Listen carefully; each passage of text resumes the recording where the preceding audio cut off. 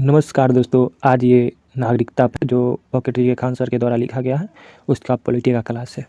तो देख लेते हैं नागरिकता अनुच्छेद 5 से 11 तक, ये भाग 2 में मिलता है। संवैधानिक प्रावधान यहाँ पे भाग 2। अरस्तू ने कहा कि एक अच्छा नागरिक एक अच्छा राज्य बनाता है और बुरा नागरिक एक बुरा राज्य बनाता है। एक राज्य में जनसंख्या, भूभाग, सरकार व संप्रभुता को शामिल किया जाता है। अनुच्छेद 5 में जो है संविधान के प्रारंभ पर नागरिकता अर्थात संविधान लागू होने से पहले नागरिकता मिल गया था। अनुच्छेद 6 में पाकिस्तान से भारत आए प्रव्रजन करने वाले कुछ व्यक्तियों को जो है नागरिकता के आधार। अनुच्छेद 7 में पाकिस्तान को प्रव्रजन करने वाले कुछ व्यक्तियों को नागरिकता के यानी कि स्वेच्छा से अर्जित करने वाले व्यक्तियों का नागरिक होना। अनुच्छेद 8 भारत के बाहर रहने वाले भारतीय उद्भव के कुछ व्यक्तियों को नागरिकता के अधिकार, यानी कि भारत के बाहर भी रहेगा तो नागरिकता के आधार। आगे देख लेते हैं।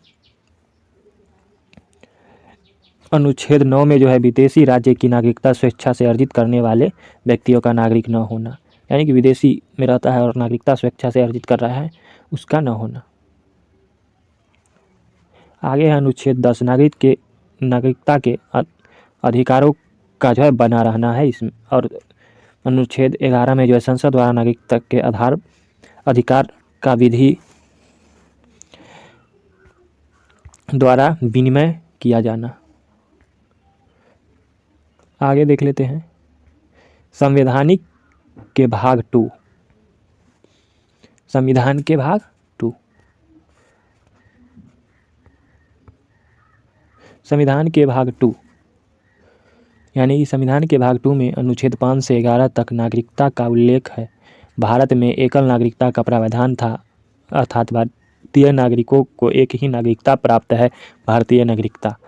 दूसरा में देख लेते हैं यह अवस्था इंग्लैंड के संविधान से ली गई है। कहाँ से ली है व्यवस्था? तो इंग्लैंड के संविधान से। भारत में सभी नागरिकों को पूरे देश में समान नागरिक अधिकार प्राप्त है। तीसरा में देखते संविधान के अनुच्छेद 11 में यह स्पष्ट किया गया है कि संसद को नागरिकता के बारे में कानून बनाने की संपूर्ण शक्ति प्राप्त होगी। चौथा है भारत में संसद द्वारा 1955 में नागरिकता कानून बनाया गया। कब बनाया गया? तो 1955 में। भारतीय नागरिकता अधिनियम 1955 के आधार पर नागरिक के अर्जन व समाप्ति संबंधी नियम बनाए गए, जिसमें 5 प्रकार से नागरिकता के अर्जन की व्यवस्था है। अब कौन कौन से है? तो यहाँ पे जन्म के आधार पे, जन्म से नागरिकता मिल जाता है। वंशानुक्रम यानी कि वंशानुगत, पंजीकरण से, देशीकरण से, भूमि के अर्जन से। नागरिकता संशोधन अधिनियम यानी कि भूमि के अर्जन, भूमि है यहाँ पे, जन्म से तो नागरिकता प्राप्त हो ही जाता है, वंशानुक्रम से और पंजीकरण करवा के देशीयकरण से। आगे देख लेते हैं नागरिकता संशोधन अधिनियम 1986 के अनुसार व्यक्ति के जन्म के समय उसके माता पिता में से किसी एक का भारतीय होना आवश्यक है। नागरिकता संशोधन अधिनियम 2003 के लागू होने के उपरांत वह बच्चा जिसके जन्म के समय माता पिता दोनों भारतीय हों अथवा जन्म के समय दोनों में से एक भारतीय नागरिक हो तथा दूसरा अवैध प्रवासी न हो, भारतीय नागरिक माना जाएगा। अनुच्छेद 5 से 8 के अंतर्गत प्रत्येक उस व्यक्ति को नागरिकता प्रदान की गई है जो संविधान के प्रभार के समय निम्नलिखित में से किसी एक श्रेणी में के अंतर्गत आता था।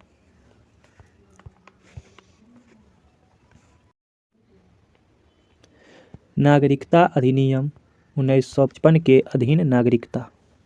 अनुच्छेद 11 के तहत संसद को प्रदत्त शक्ति के अंतर्गत संसद ने 1955 में जो है भारतीय नागरिकता अधिनियम 1955 पारित किया। यह अधिनियम संविधान लागू होने के पश्चात नागरिकता प्राप्त करने और उसके समाप्त होने से संबंधित बातों के लिए उपबंध कराता है। नागरिकता कानून 1955 भारतीय नागरिक से जुड़ा एक विस्तृत कानून है। नागरिकता अधिकार अधिनियम में मुख्यतः 6 बार संशोधन किया गया। नागरिकता अधिकार अधिनियम में कितना बार? तो 6 बार। 1886, 1992, 2003, 2005, 2015, 2019 में संशोधित किया गया है। आगे देख लेते हैं 1957 में किए गए संशोधन का नाम जो है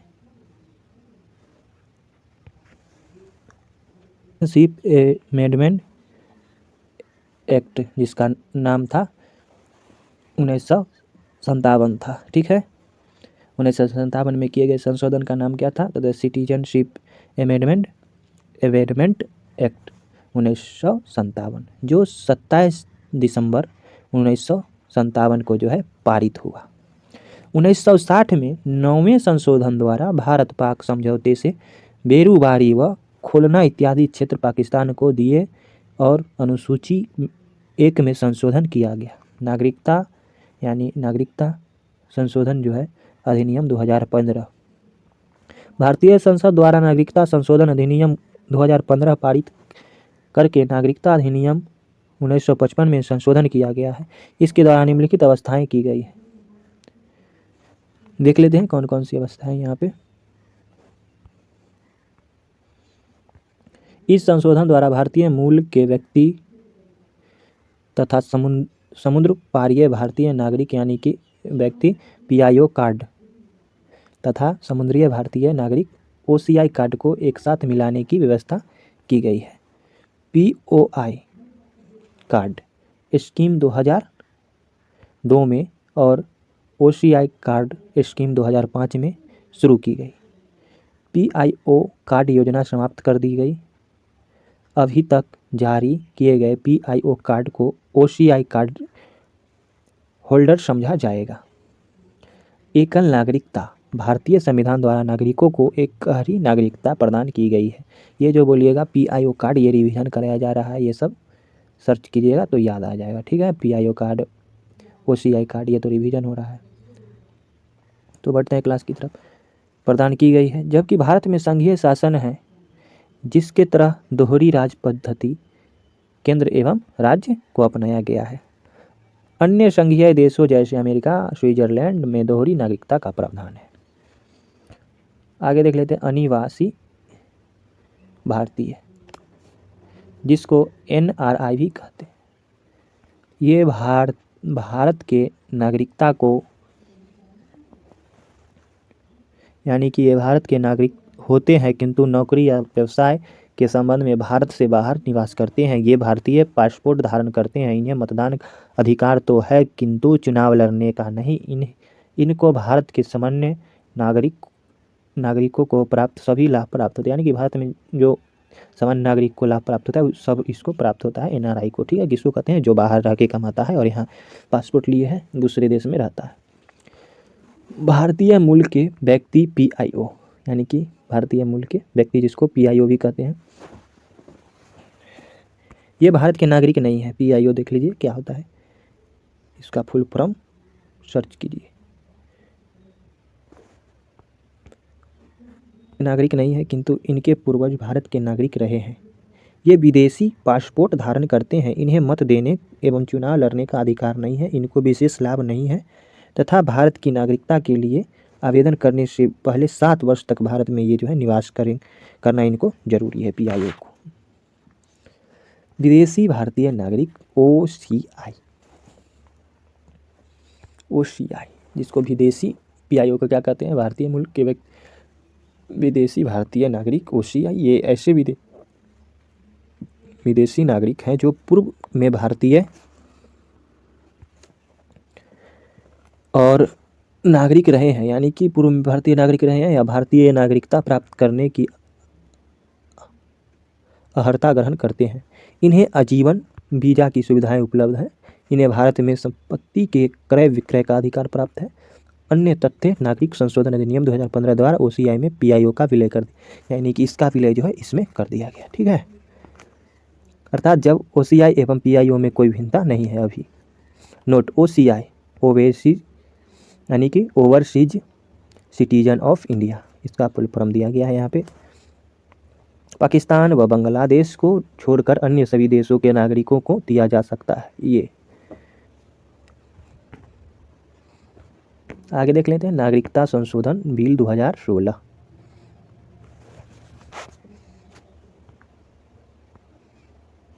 नागरिकता संशोधन बिल 2016, यह बिल नागरिकता अधिनियम 1955 में संशोधन करता है। यह बिल ओसीआई कार्ड होल्डरों पर प्रतिबंधों को विस्तार करता है। यह बिल भारत के 3 पड़ोसी देशों पाकिस्तान, अफगानिस्तान, बांग्लादेश के हिंदू, सिख, ईसाई जैन और फारसी अवैध प्रवासियों को नागरिक प्रदान करने में छूट प्रदान करती है। उपयुक्त 6 धर्मों के लोगों के लिए निवास की शर्त 11 वर्ष से घटाकर 6 वर्ष कर दी गई है। धारा 6A यानी कि इस धारा में समय राज्य असम यानी कि इस धारा में जो है असम राज्य को 1 जनवरी 1966 से 25 मार्च जो है यहाँ पे 1771 के मध्य आए हुए लोगों को नागरिकता देने के संदर्भ में प्रावधान है।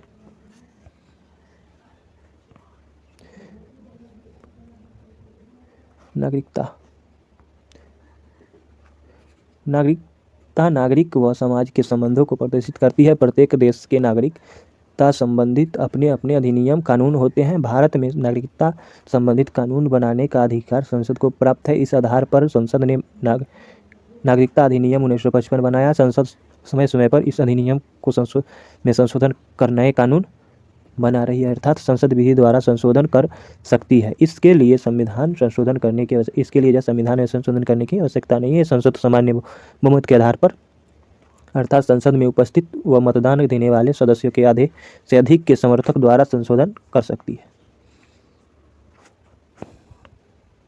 नागरिकता संशोधन अधिनियम 2019 ये जो है नागरिकता अधिनियम 2019 प्रावधान नागरिक संशोधन यानी कि CAA अभी ही बताएं ऊपर CAA किसको कहा जाता है, यानी कि द सिटीजन अमेंडमेंट एक्ट 1957 पढ़ाए थे अभी 2019 के द्वारा नागरिक अधिनियम जो है 1955 में संशोधित किए गए, जो इस प्रकार है। नागरिकता अधिनियम 1955 में बदलाव किया गया है और साथ ही भारत में निवास करने हेतु न्यूनतम सीमा 11 वर्ष से घटाकर 5 वर्ष कर दी गई है।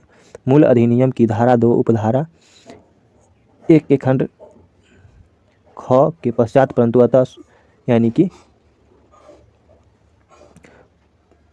अतः स्थापित किया गया है। इस संशोधन के अनुसार पाकिस्तान, बांग्लादेश व अफगानिस्तान में धर्म के आधार पर प्रताड़ना के शिकार होकर 31 दिसंबर 2014 से पूर्व आए हिंदू, बौद्ध, सिख, जैन, फारसी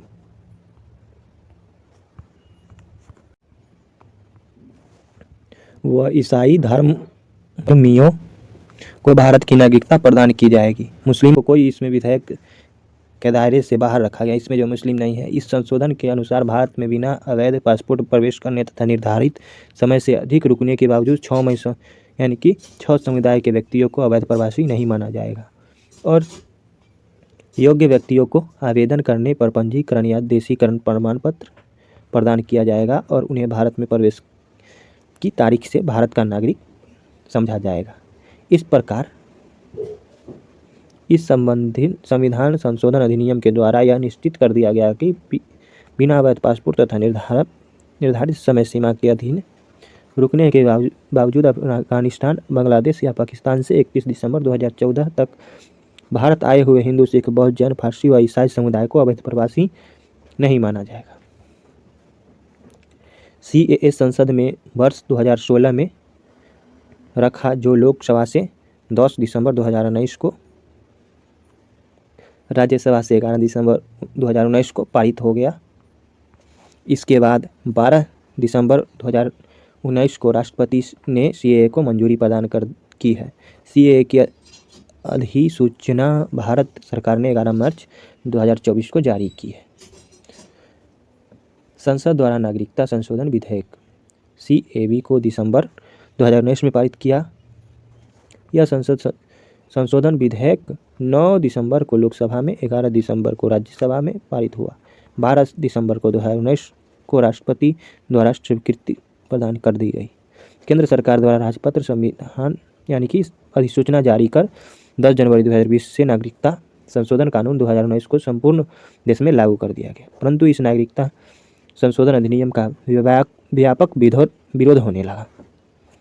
इस संशोधन अधिनियम में विरोध में जो भावना सामने आई, इसमें कहा गया कि यह कानून भारत के बहुसंख्यक समुदाय को राजनीतिक रूप से एकीकृत करना चाहती है और मुस्लिम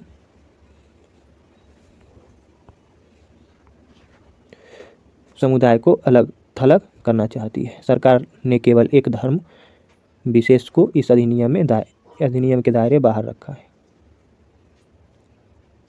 जो संविधान के अनुच्छेद 14 का उल्लंघन करता है।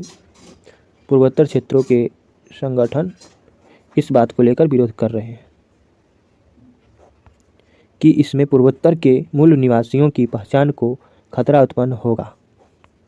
संस्कृति खत्म होने का डर है। असम में इसे भारत सरकार व असम नेताओं के बीच 1985 में हुए असम समझौते का उल्लंघन माना जा रहा था। अधिनियम के अनुसार पाकिस्तान, अफगानिस्तान और बांग्लादेश यानी कि अफगानिस्तान, पाकिस्तान और बांग्लादेश से जो लोग गैर कानूनी तरीके से भारत में घुस गए या बस गए हैं, उनमें जो मुसलमान हैं उन्हें विदेशी घुसपैठिए मानकर उन पर कार्रवाई की जाएगी और मुस्लिम के खिलाफ नहीं, यानी कि गैर मुस्लिम के खिलाफ नहीं। और मुस्लिम को बिना किसी सबूत के भारत का नागरिक मान लिया जाएगा। यदि इस संविधान को इनर लाइन परमिट यानी कि ILP के बिना लागू किया जाता है तो CAA के अंतर्गत लाभार्थी आसानी से भारतीय नागरिकता और देश में कहीं भी बसने की अनुमति प्राप्त कर सकते हैं। ILP व्यवस्था वाले राज्यों में शरणार्थी के बसने पर प्रतिबंध है। असम और त्रिपुरा राज्य CAA 2019 का विरोध कर रहे हैं क्योंकि इन राज्यों की सीमा बांग्लादेश से लगी है। यहाँ बंगाली भाषी अवैध शरणार्थियों का सर्वाधिक आगमन हुआ है। प्रावधान लागू नहीं होंगे। ये क्या है? तो इसमें जो है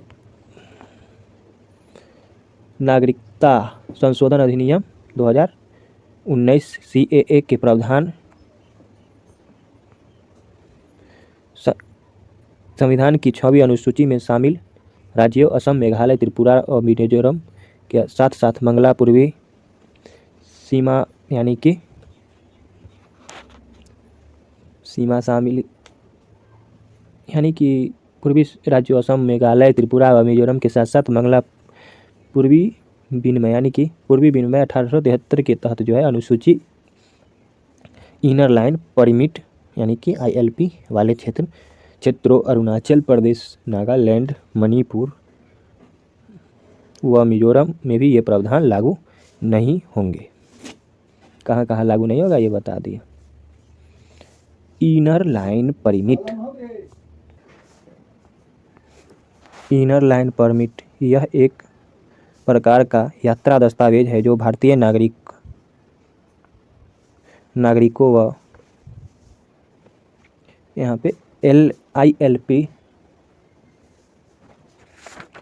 व्यवस्था के तहत संरक्षित 4 राज्यों कौन कौन? तो अरुणाचल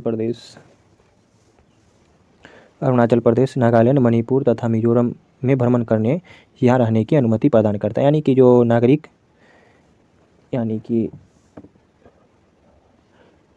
जो भारतीय नागरिकों को ILP व्यवस्था के तहत संरक्षित 4 राज्यों अरुणाचल प्रदेश ये सब जो है में भ्रमण करने अनुमति यानी कि रहने का अनुमति प्रदान करता है। ILP शरणार्थी ILP के जो शरणार्थी हैं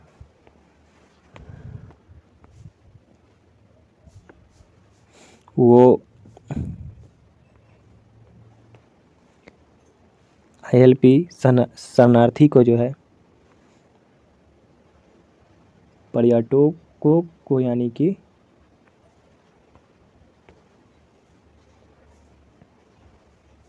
ILP शरणार्थी के ILP के क्रियान्वयन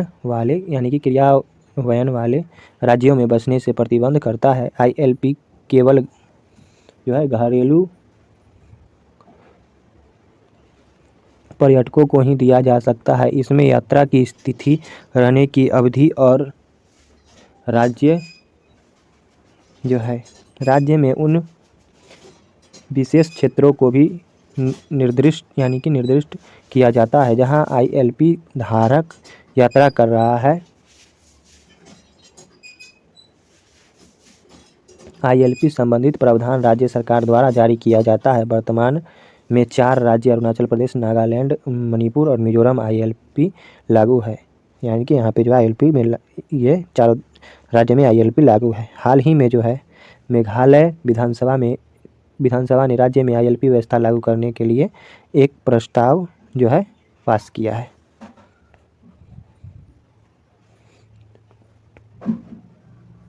मणिपुर में यह व्यवस्था 1 जनवरी 2020 से लागू की गई। यहाँ जो है 4 प्रकार के परमिट जारी किए जा रहे हैं, जिनमें अस्थायी, नियमित, विशेष और श्रम परमिट शामिल हैं। नेशनल पॉपुलेशन रजिस्टर यानी कि NPR सामान्य निवासियों का रजिस्टर है, जो नागरिकता कानून 1955 और नागरिकता नियम 2003 जो है के प्रावधान के आधार पर तैयार किया जाएगा। 24 दिसंबर 2019 को भारत सरकार द्वारा नागरिकता संशोधन कानून जो है वह राष्ट्रीय नागरिक रजिस्टर यानी कि NRC के देश भर में चल रहे विरोध के बीच ही राष्ट्रीय जनसंख्या NPR अपडेट जो है करने को मंजूरी दे दी है। यह जो है रजिस्टर राष्ट्रीय को छोड़कर यानी कि 1 अप्रैल 2020 से सितंबर यानी कि 1 अप्रैल 2020 से सितंबर 2020 तक संपूर्ण देश में तैयार हो जाएगा। इसे जो है ग्राम पंचायत, तहसील, राज्य और राष्ट्रीय स्तर पर तैयार किया जाएगा। सरकार के अनुसार इसका उद्देश्य सरकारी योजनाओं के सही क्रियान्वयन यानी कि क्रियान्वयन व भविष्य के हिसाब से योजनाओं का आकार और अन्य फैसलों के लिए आधार डेटा तैयार है।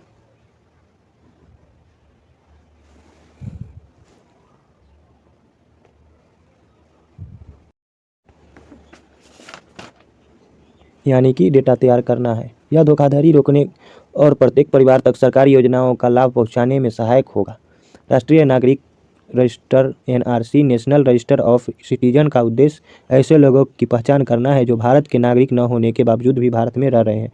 नेशनल रजिस्टर ऑफ सिटीजन एक रजिस्टर है जो भारत में रह रहे सभी वैध नागरिकों के रिकॉर्ड से संबंधित है। इसकी शुरुआत 2013 सर्वोच्च न्यायालय की देखरेख में असम से हुई। असम के अलावा यह किसी अन्य राज्य में लागू नहीं है।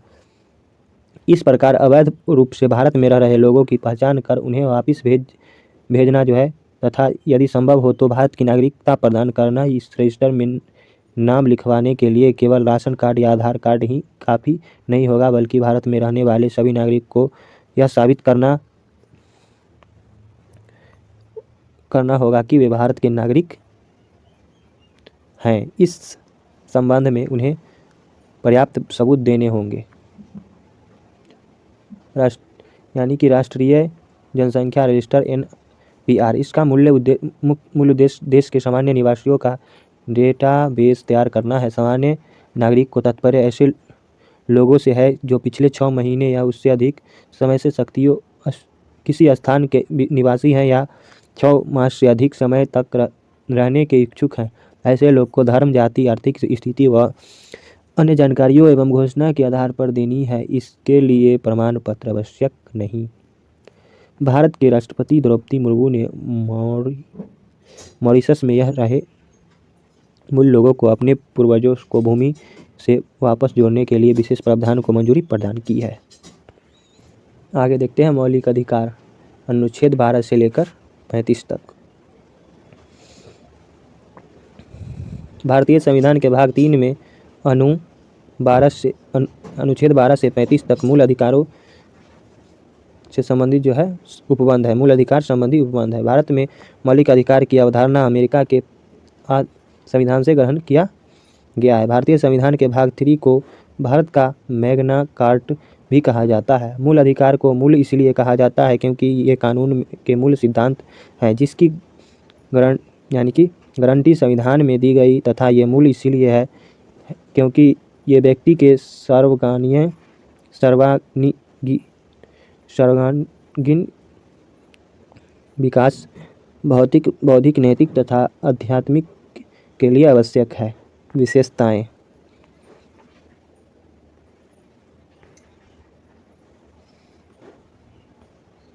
मौलिक अधिकार वाद योग्य होते हैं, अर्थात मौलिक अधिकार का हनन पर व्यक्ति अपने मौलिक अधिकारों की रक्षा हेतु न्यायालय की शरण लेता है। मौलिक अधिकार असीमित नहीं है, अर्थात राज्य द्वारा इन पर युक्तियुक्त प्रतिबंध लगाया जा सकता है। मौलिक अधिकार भारतीयों के साथ विदेशी व्यक्तियों को भी प्रदान किए गए हैं। उदाहरण के लिए विधान स्वरूप अनुच्छेद 15, 16, 19, 29 और अनुच्छेद 30 को छोड़कर सभी मौलिक अधिकार विदेशियों को भी प्राप्त है। मौलिक अधिकार अस्थायी नहीं है, अर्थात संसद द्वारा इनमें कटौती की जा सकती है तथा आपातकाल की स्थिति में केवल भारतीय को अनुच्छेद 20 व 21 को छोड़कर अन्य अधिकारों को निलंबित किया जा सकता है, यानी कि आपातकाल के समय। मूल अधिकार नागरिकों को राज्य के विरुद्ध खिलाफ प्राप्त, यानी कि राज्य के विरुद्ध प्राप्त है, अर्थात मूल अधिकार को राज्यों पर कुछ प्रतिबंध लगाते हैं या ऐसे कार्य करने से रोकते हैं जो मूल अधिकारों के खिलाफ हो।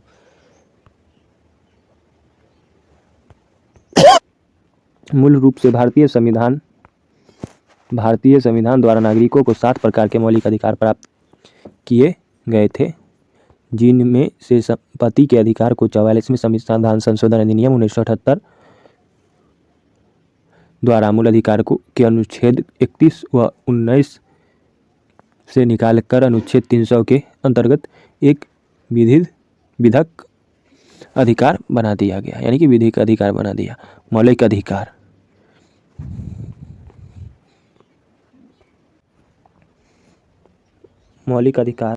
समानता का अधिकार जो है अनुच्छेद 14 से 18, स्वतंत्रता का अधिकार अनुच्छेद 19 से 22, कुशोषण के विरुद्ध अधिकार 19 यानी कि 23 से 24 अनुच्छेद, धार्मिक स्वतंत्रता का अधिकार अनुच्छेद 25 से 28, संस्कृति और शिक्षा का अधिकार अनुच्छेद जो है 29 से 30 और प्रावधानिक उपचारों का अधिकार अनुच्छेद 32।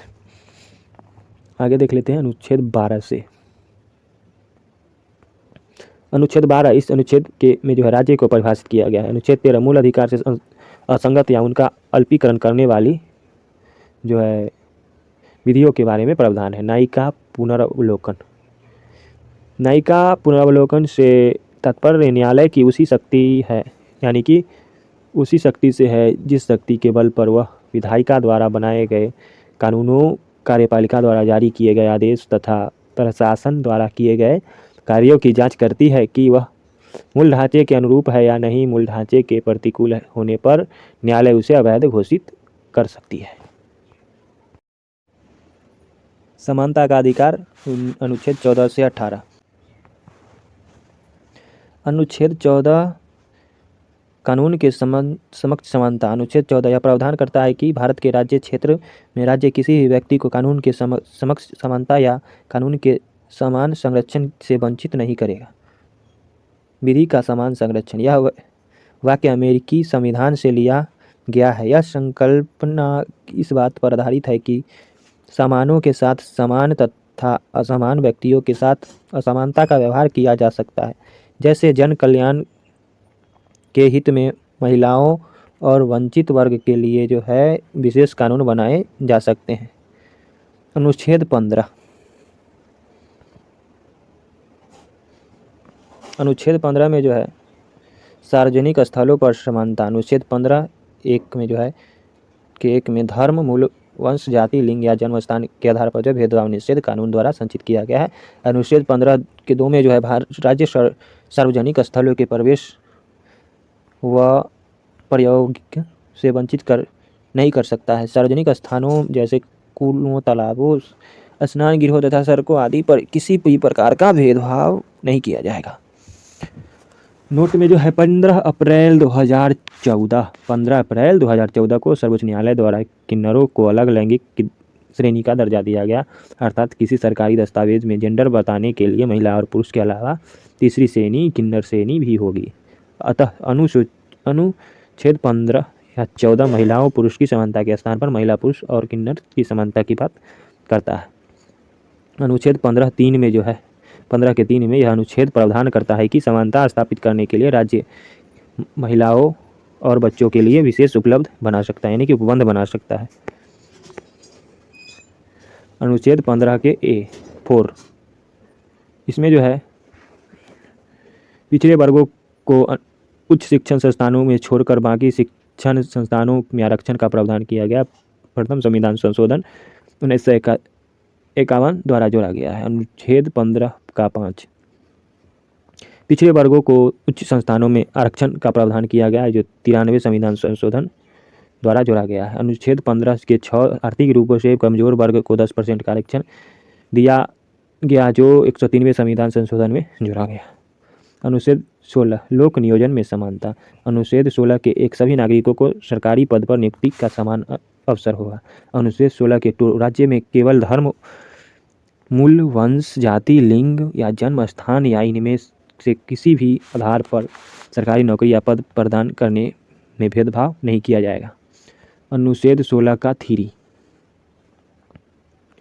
इसमें जो है राज्य को यह अधिकार प्रदान करता है कि वह अपने निवासी के कुल पदों को आरक्षित कर सकता है। हालांकि इस संबंध में कानून बनाने का अधिकार केवल संसद को है। नोट में अनुच्छेद 16 निवास के आधार पर आरक्षण का निषेध करता है तथा 16(3) इसका जो है अपवाद है। अनुच्छेद 16 का 4, राज्य ऐसे पिछड़े वर्गों के लिए आरक्षण का प्रावधान कर सकता है जिनका राज्य की नज़र में राज्य की सेवाओं में पर्याप्त प्रतिनिधित्व नहीं है।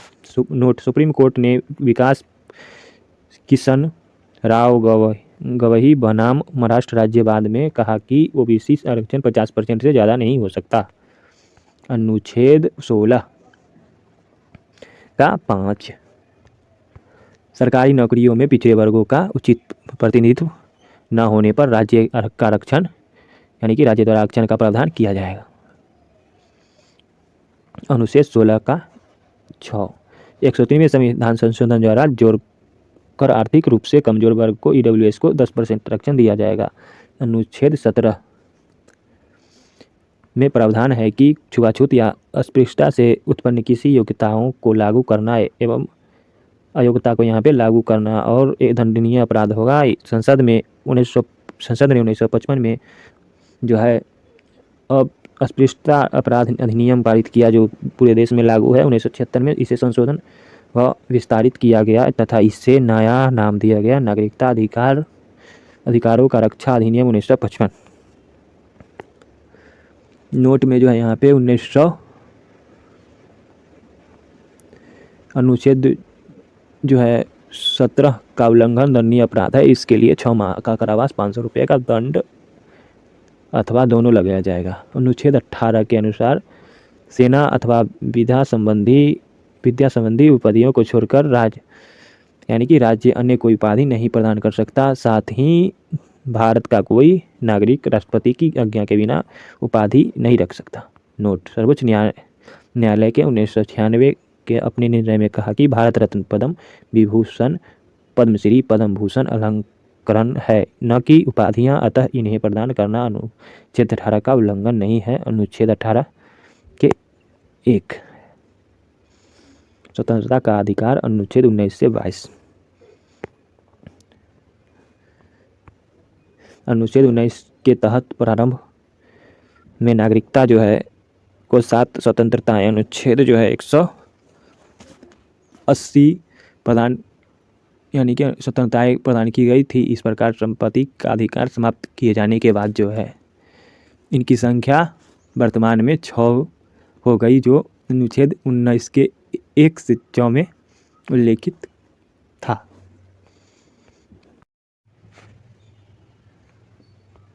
अनुच्छेद 19 के 1 क, जिसको विचार और अभिव्यक्ति की स्वतंत्रता। अनुच्छेद 1901 के ख, अस्त्र शस्त्र रहित तथा शांतिपूर्वक सम्मेलन की स्वतंत्रता। अनुच्छेद 19 के 1 के घ, संघ समुदाय के निर्माण की स्वतंत्रता। अनुच्छेद 19 के 1 के घ, भारत के राज्यों में अबाध निवासी की स्वतंत्रता।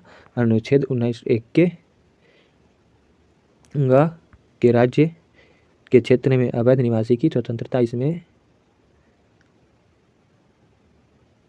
एक में जो घ में जो है भ्रमण और अनुच्छेद ग में जो है 19 के 1 के अंग में अवैध निवास की स्वतंत्रता।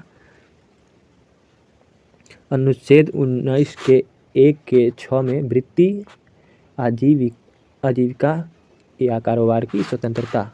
उच्च न्यायालय के निर्णय के अनुसार अनुच्छेद 19 के क।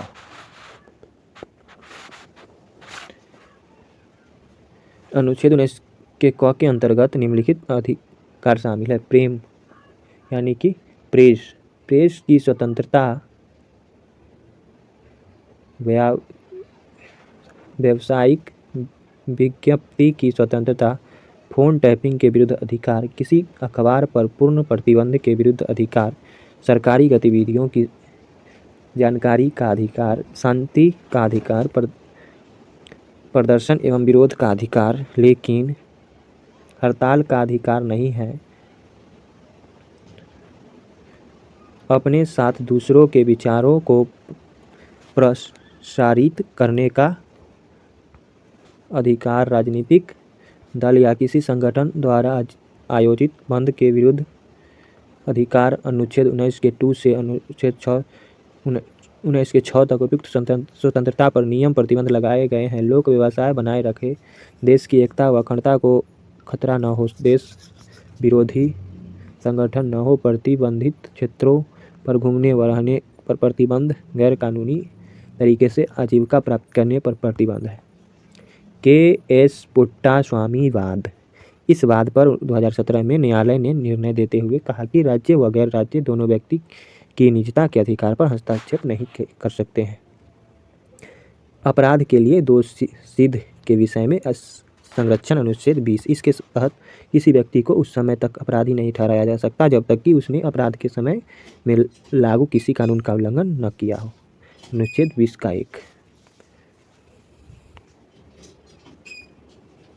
किसी भी आपराधिक कानून को यानी कि किसी आपराधिक कानून को भूतलक्षी प्रभाव से लागू नहीं किया जा सकता, अर्थात किसी अपराध के लिए अपराधी को वही दंड दिया जाएगा जो अपराध करने के समय में निर्धारित था। विधि के भूतलक्षी प्रभाव से संरक्षण है ये। नोट में जो है विधि के भूतलीय प्रभाव यानी कि भूतलक्षी प्रभाव से संरक्षण केवल आपराधिक कानूनों के संदर्भ में किया गया है, नागरिक कानून के संदर्भ में नहीं। तो अनुच्छेद 20 के 2 यह दोहरे दंड से सुरक्षा प्रदान करता है, अर्थात एक ही अपराध के लिए न्यायालय द्वारा 2 बार दंडित नहीं किया जा सकता। अनुच्छेद 20 का 3 के अनुसार जो है अभियुक्त को स्वयं के विरुद्ध गवाही देने के लिए बाध्य नहीं किया जा सकता। अनुच्छेद 21 प्राण और दैहिक स्वतंत्रता का अधिकार। अनुच्छेद 21 में जो है प्राण और दैहिक स्वतंत्रता का अधिकार है। इसमें जो है अनुच्छेद 21 में प्रावधान है कि किसी व्यक्ति को उसके प्राण तथा दैहिक स्वाधीनता से विधि द्वारा स्थापित प्रक्रिया को छोड़कर अन्य किसी प्रकार की वंचित नहीं किया जा सकता है। अनुच्छेद 21 के क में 86वें संविधान संशोधन अधिनियम 2002 के तहत 6 से 14 वर्ष के आयु के बच्चों को निःशुल्क एवं अनिवार्य शिक्षा का मूल अधिकार प्रदान किया गया है। निजता का अधिकार। के.एस. पुट्टास्वामी बनाम भारत संघ। बाद में सर्वोच्च न्यायालय J.S. खेहर की 9 जजों की पीठ ने कहा कि निजता का अधिकार जो है अनुच्छेद 21 के तहत मौलिक अधिकार का भाग है। अनुच्छेद 22 खंड 1 एक व्यक्ति को अपनी गिरफ्तारी का कारण जानने का अधिकार है। अपने पसंद के वकील से परामर्श तथा बचाव का अधिकार है। अनुच्छेद 2 का जो है 22 अनुच्छेद 22 का जो है 2 गिरफ्तारी के 24 घंटे के अंदर निकटतम मजिस्ट्रेट के समक्ष पेश किए जाने का अधिकार है। इसमें जो रास्ते का समय शामिल नहीं है। मजिस्ट्रेट के यानी कि मजिस्ट्रेट के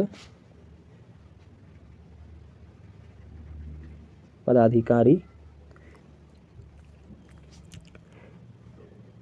के बिना 24 घंटे के अधिक समय तक अभिरक्षा में निरुद्ध न किए जाने का अधिकार है। अनुच्छेद 22 के 3 खंड 3 उपयुक्त अधिकार 2 प्रकार के व्यक्तियों को प्राप्त होंगे: शत्रु देश नागरिकों को और निवारक निरोध के अधीन गिरफ्तार व्यक्ति को निवारक निरोध अनुच्छेद 22 खंड 4, 5, 6, 7। नोट: संविधान में निवारक निरोध की अधिकृत परिभाषा नहीं है। निवारक निरोध शांति और आपात दोनों कालों में लागू किया जा सकता है। अनुच्छेद 22 खंड का 4।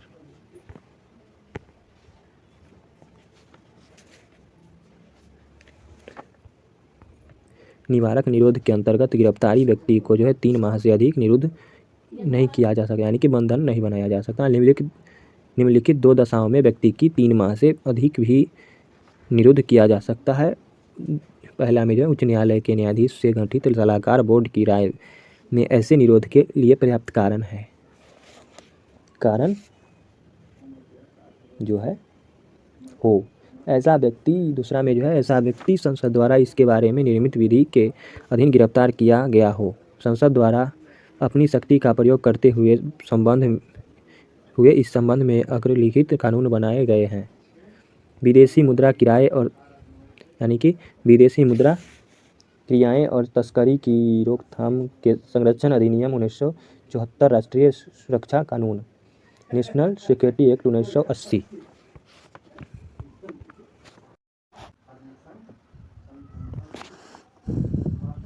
आतंकवाद निरोधक कानून 2002। गैर कानूनी गतिविधि निवारण अधिनियम 2004 निवारण निरोध समवर्ती सूची का विषय है।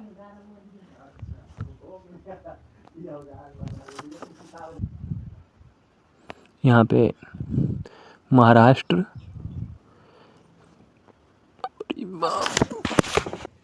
तथा जम्मू कश्मीर ने अपने लिए निवारक निरोध कानून बनाया, यानी कि मीसा। यह 1969 में समाप्त कर दिया गया। यह निवारक निरोध संबंधी कानून था, जिसको maintenance of internal security act 1971 को 1969 में समाप्त कर दिया गया। यह निवारक निरोधक संबंधी कानून है। ठीक है। मीसा। शोधन के विरुद्ध, यानी कि शोषण के विरुद्ध अधिकार, अनुच्छेद 23 से 24। अनुच्छेद 23 मानव यानी कि दुर्व्यवहार मानव के द्वारा दुर्व्यवहार एवं बलात् श्रम का निषेध। अनुच्छेद 23 के 1 में इस अनुच्छेद का महिलाओं तथा SC/ST जातियों के लिए विशेष महत्व है। यह सभी प्रकार के मानव का दुर्व्यापार, बेगार व बलात् श्रम का निरोध करता है। अनुच्छेद 23 के 2 में राज्य अनुच्छेद 23 को लागू करने के लिए प्रावधान बना सकता है या अनिवार्य से सेवा लागू कर सकती है। अनुच्छेद कारखाने, यानी कि अनुच्छेद कारखानों आदि में बालकों के नियोजन पर प्रतिबंध। 14 वर्ष से कम आयु के बच्चों को किसी कारखानों या खान में काम करने के लिए नियोजित नहीं किया जाएगा। किसी खतरनाक संकटपूर्ण कार्यों में नहीं लगाया जा सकता है। स्वतंत्रता धार्मिक का अधिकार, अनुच्छेद 25 से 28।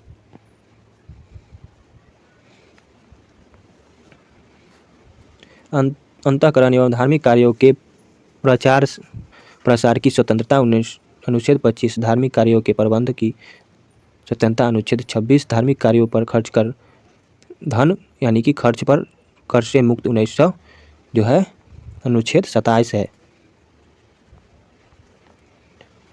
धार्मिक शिक्षा में उपस्थित होने से स्वतंत्रता, अनुच्छेद 28 है। धार्मिक स्वतंत्रता का अधिकार असीमित नहीं है। कुछ सामाजिक बुराइयों को दूर करने के लिए सरकार धार्मिक मामलों में हस्तक्षेप कर सकती है।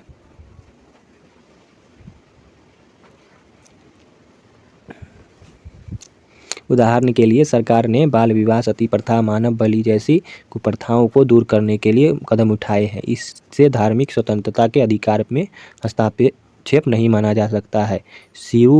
यहाँ पे शिरूर मठ वाद, 1954। इस बाद में सर्वोच्च न्यायालय ने अनिवार्यता सिद्धांत दिया है।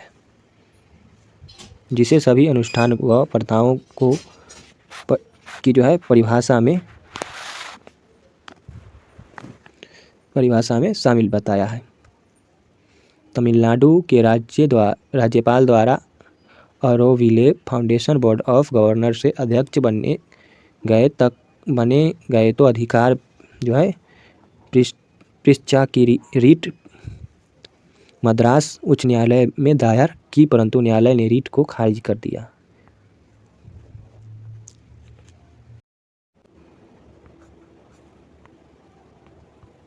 संस्कृति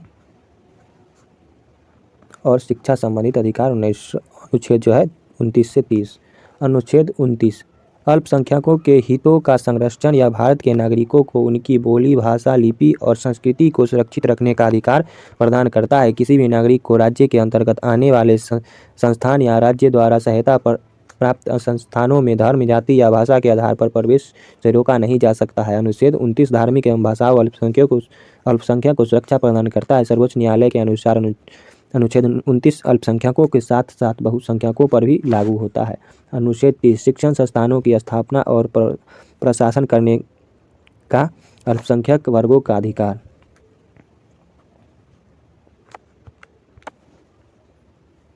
अनुच्छेद 30 धार्मिक अथवा भाषाई अल्पसंख्यकों को निम्नलिखित अधिकार प्रदान करता है। पहला, सभी अल्पसंख्यक वर्गों को अपने कार्य के अनुसार शिक्षण संस्थाओं की स्थापना और प्रशासन का अधिकार होगा।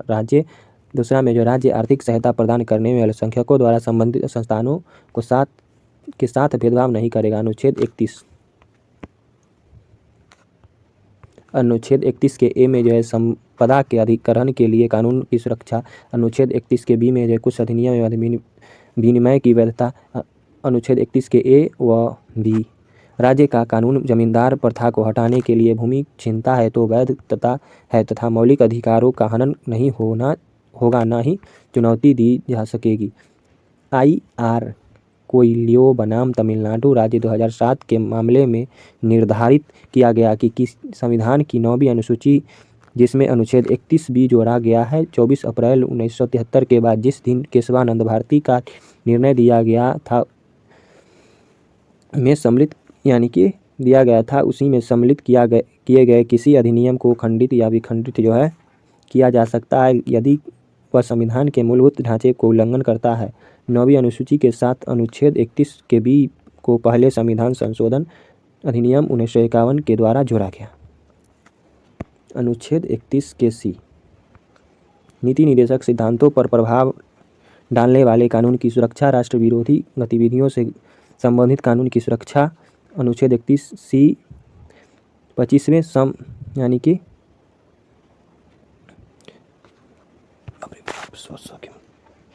25वें संविधान संशोधन में जो है शामिल कर कहा गया कि 36वीं व 29C होता है, संपत्ति का हनन नहीं होता है। कि यहाँ पे 39 यानी कि 36B व 39C को लागू करने के लिए अगर संपत्ति के मौलिक अधिकार का अतिक्रमण होता है तो संपत्ति का हनन नहीं होता है। ठीक है, और कब? तो 25वें अनुसूची 31C को जो है 25वें संविधान संशोधन से शामिल कर कहा गया। ठीक है,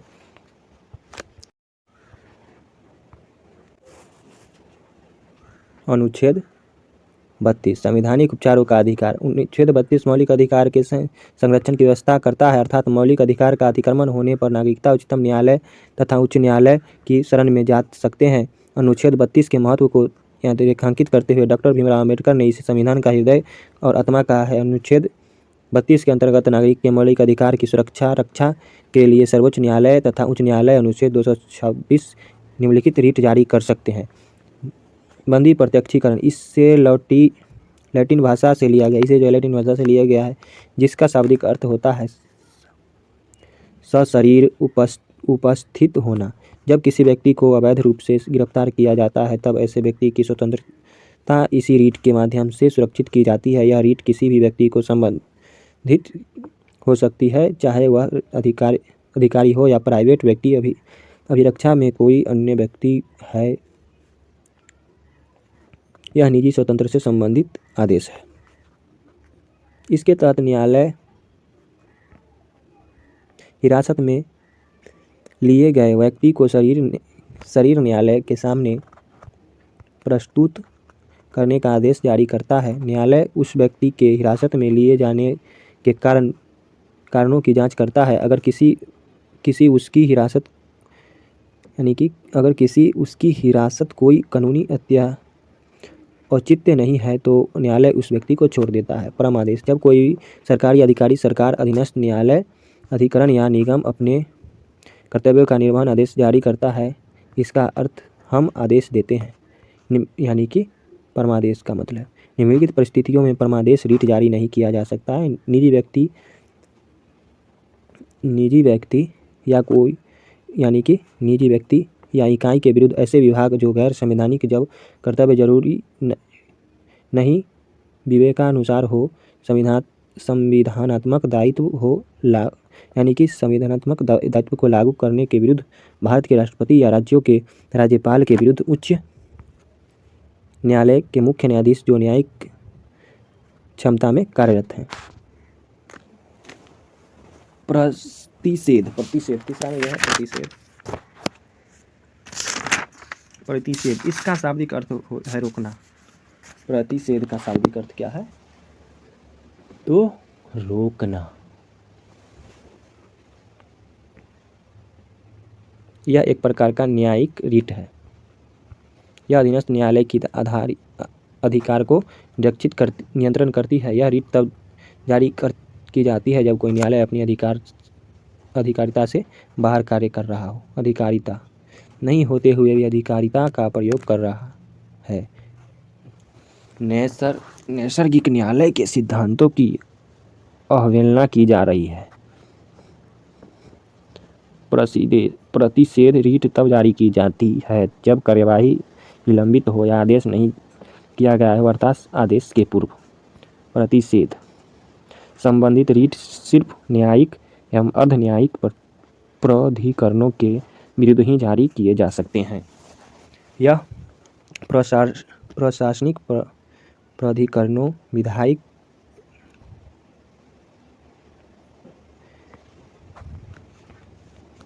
निकायों एवं निजी व्यक्तियों व निकायों के विरुद्ध उपलब्ध नहीं है। उत्प्रेरण: इसका शाब्दिक अर्थ प्रमाणित होना या सूचना देना है। यह रीट किसी विवाद को निम्न न्यायालय से उच्च न्यायालय में भेजने के लिए जारी की जाती है, जिसमें निम्न न्यायालय अपनी शक्ति से अधिक अधिकारों का उपयोग न करे या शक्ति दुरुपयोग के द्वारा न्यायालय के प्राकृतिक सिद्धांतों को भंग न करे। पहले उत्प्रेषण की रीट सिर्फ न्यायिक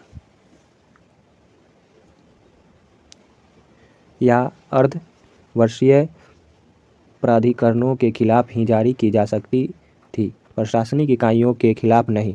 परंतु वर्ष 1991 में उच्चतम न्यायालय ने व्यवस्था दी कि उत्प्रेषण व्यक्तियों के अधिकारों को प्रभावित करने वाले प्रशासनिक प्राधिकरणों के खिलाफ भी जारी किया जा सकता है।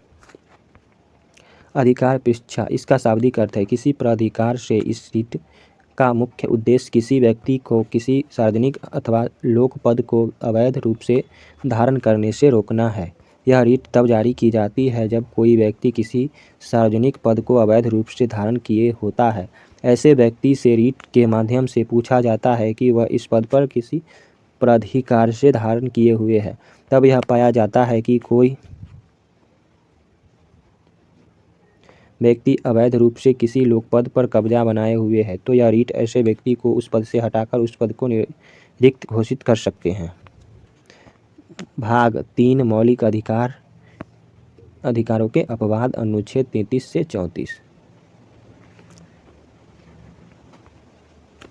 अनुच्छेद 33 अनुच्छेद के तहत इस अनुच्छेद के तहत अग्रलिखित वर्गों के संबंध में अनेक कर्तव्यों के उचित पालन और उनमें अनुशासन सुनिश्चित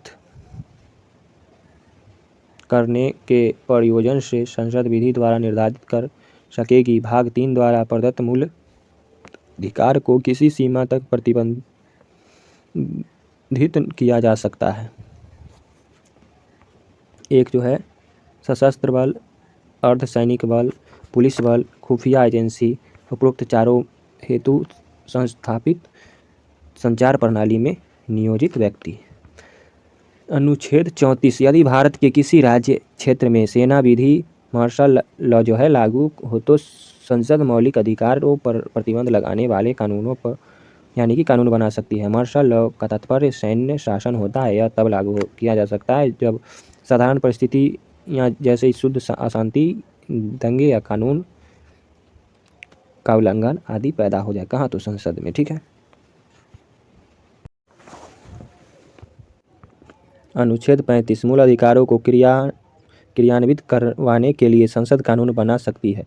इसका उद्देश्य कुछ विशेष मूल अधिकारों को प्रभावित बनाने एवं उनके उल्लंघन की दिशा में दंडित करने के लिए देश के कानूनों के समरूप बनाने हेतु संसद को शक्ति संपन्न करना है। यह संसद को विधि निर्माण की शक्ति देता है। अनुच्छेद 16, अनुच्छेद 17, अनुच्छेद 23, अनुच्छेद 32, अनुच्छेद 33 व अनुच्छेद 34 को प्रभावी बनाने के लिए संसद को शक्ति प्रदान करता है।